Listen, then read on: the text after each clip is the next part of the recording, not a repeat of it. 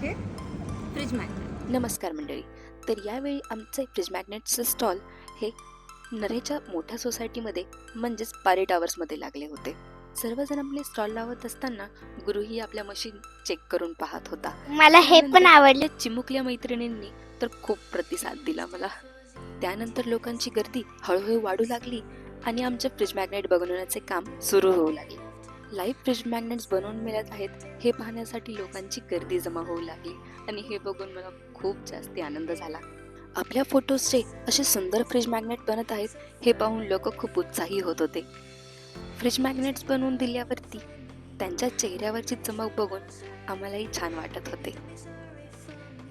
आणि बघता बघता अवघ्या 1.5 ते 2 तासामध्ये आमचे फ्रीज मॅग्नेटचे सर्व मटेरियलही संपून गेले.